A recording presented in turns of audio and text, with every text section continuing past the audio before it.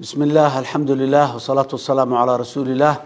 السلام عليكم ورحمة الله وبركاته. dadka Soomaaliyeed meel kastoo ay joogaan maalin wanaagsan. Saakay waxaan fariintan soo diyaariyay u gudbinayaa dhammaan dadka Soomaaliyeed meel kastoo ay joogaan waxaan ugu baaqayaa dalka iyo dadkaba sidii loo nabadeyn lahaa nabad laga shaqeyn lahaa.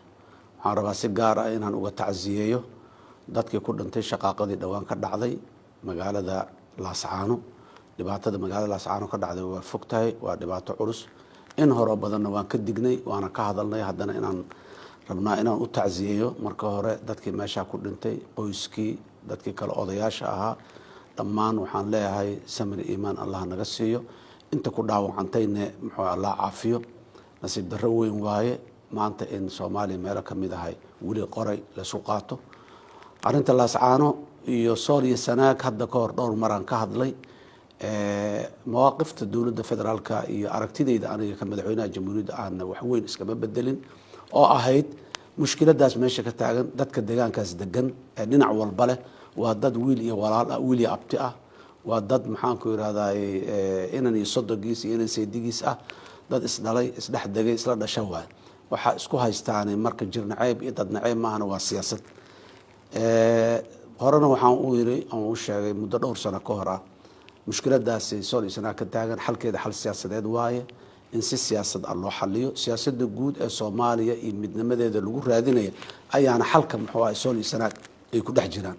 sidaas daraadeed waxa meeshaas ka dhacaya waa ka xunahay, raalli kama ahin in maanta dadka rabitaankiisa qoray lagu xaliyana suurtagal maaha. rabitaanka dadka ha la ixtiraamo, qoryaha ha la dhigo, xabadda ha la joojiyo, ha la wada hadlo. miiska wada hadalka la isugu yimaado, ha la wada hadlo. dawladda federaalka ee Soomaaliya madaxweynaha jamhuuriyadda haddaan ay diyaar waxaan u ahay meel kasta oo nabadaasi looga hadlaayo iyo cid kasta oo nabadaasi inay ka hadasho jecelba inaan aniga garab taaganahay, u safro tuulada ugu fog hadday tahay inaan tagaan diyaar u ahay. laakiin walaalayaal xalku marna kuma imaanayo qori inaan boqolaal ama kumanaan qof intaan dilno kadib korkooda hadhow aan isku gacan salaano oo aan nabadan aan ka dhalinay aan dhahno xabadka isku saarno waa laga rooyahay. balaayada bootin bakayle ayay leedahay, ha la joojiyo intaanay faraha ka bixin. berri inaan xabadka isa saarnay inaan hubo in la heshiinayo yaanan meydadkeena iyo xabaalaha dushooda yaanan ku heshiinin, dadku intay nool yihiin aan heshiino. ha la joojiyo maamulka cidda sheeganaysa, cidda odayaasha dhaqanka ah, culamaa udiinka, mas-uuliyiinta siyaasiyiinta, qof walba doorkeeda nabadeed ha qaadato. colaada Laascaano siima socon karto, lamana aqbali karo. ha la joojiyo, miiska wada hadalka la isugu yimaado. dawladda federaalka waxay diyaar u tahay inay fududayso, ka qayb gasho, kaalmayso. haddii toos dadka hadda ay colaadu dhex martay u wada fariistaan arinta waxaa ka socda Laascaano waa aragti siyaasadeedna qoran kuma xalisanto. xalkeeda qoray kuma yimaado, kan raba iyo kan diidanbo xalkeeda qoray kuma keeni karaan. ha la isu yimaado, ha la wada fariisto. mar walba horaan uga shaabana mushkiladda ka jirta Sool iyo Sanaag waxay ku dhex jirtaa xayndaabka jirinta aan jirinayna arinta midnimadana anagu go'aanay naga tahay xoog inaan ku raadino ma doonayno, nabadaan rabnaa inaan ku raadino. dadka rabitaankiisana hala dhowraan leenahay. meeshaasi colaadaasi colaad dadka qabata maaha, dadka Soomaaliyeed ma qabato, dadka deegaanka guud ahaanna ma qabato. ha la joojiyaan ku baaqaynaa mar kale culamaa udiinka iyo odayaasha dhaqankane ayagaa deegaanadaasoo dhanba nabadeeda weligood ka talin jiray, nabadda ha ka taliyaan. inta qoryaha dadka haysta amarka kuleh ama kuleh maxaan ku raadayay raadka kulane ha la hadlaano, ha joojiyaano. wiilasha qoryaha laga qaado, ha la damiyo colaadda. intaas Soomaaliya guud ahaan meel kasta walaalayaal waxaan leenahay colaadi ka jirta ha la joojiyo, xumaanta ha la joojiyo, nabadda ha lagu baaqo. lama aqbali karo dhiig kale oo Soomaaliyeed oo daata, wax la aqbali kara maaha. meel kasta ha joogo, sabab kasta ha loo soo waxeeyo. haddiina markaas aanan lagu difaacaynin diinta iyo dalka iyo dowladnimada.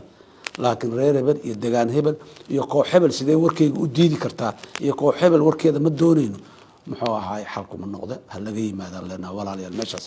waxaa kaloo ayada halkan rabaa inaan baaq uga jeediyo odayaasha reer Puntland iyo waxgaradka iyo mas-uuliyiinta iyo maamulka dawladda meesha ka jirtaba ayagana waxaan ugu baaqaynaa nabad walaalayaal warku balaayadu marka ay bilaabanaysa meelo khafiif oo sahsaalan ay ka bilaabataa meelo fog ay ka bilaabataa dalkaas iyo dowladdaas iyo deegaankaas reer puntland nabaday weligood haysan jireen nabadii inay haystaan aan la jecelnahay ayaguna waxaan ugu baaqaynaa in arinta wada hadal lagu dhameeyo odayaasha dhaqanka ha qaataano kaalinta ay leeyihiin oo ah kaalinta nabadeed haddana ay qaateen waana ku bogaadinayaa inta odayaasha istaagay ee u istaagay arintaas in nabad lagu soo xaliyo arinta nabad ha lagu xaliyo dowladda federaalka Soomaaliya sidaan hore u sheegay wax kasta oo nabadaas ka qayb qaadanaya laakiin ma saacideyno ma taageereyno raali kama ahin in mushkiladaha na dhex yaala in qoryo aan isu qaadino ku xalino